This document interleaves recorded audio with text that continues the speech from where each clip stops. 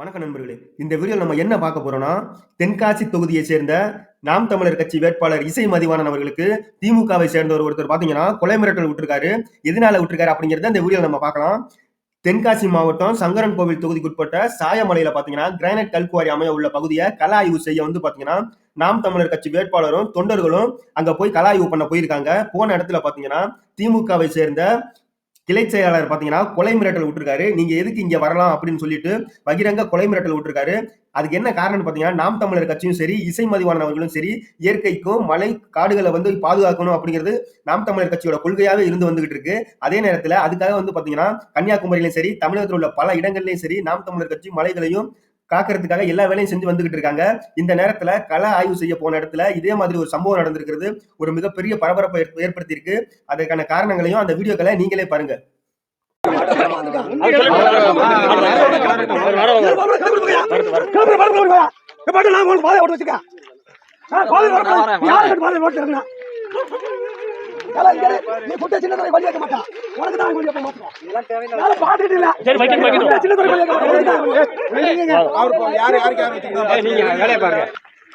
சும்மா வாங்குங்க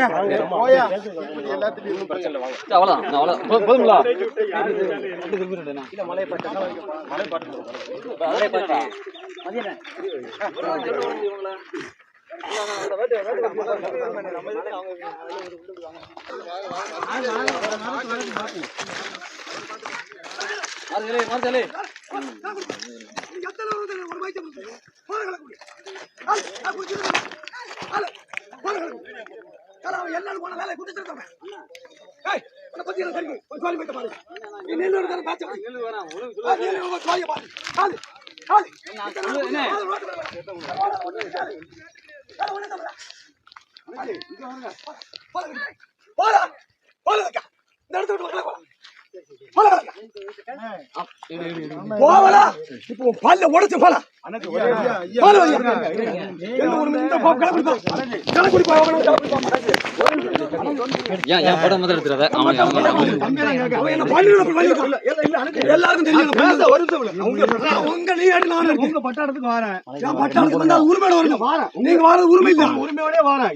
ஒரு பிடி மண்ணை கூட கொண்டு போக மாட்டோம் உங்க பட்டாளத்துல.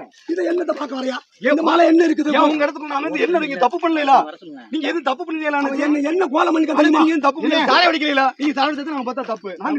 தாரை அடிச்சாலும் என்ன அடிக்கணும் நினைச்சாலும் ஒரு காயத்தை கூட கொடுக்க முடியாது.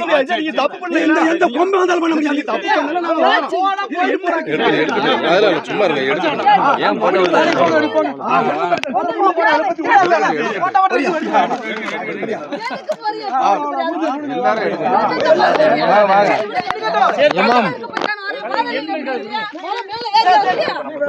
வீட்டுக்கு போகும்போது போறது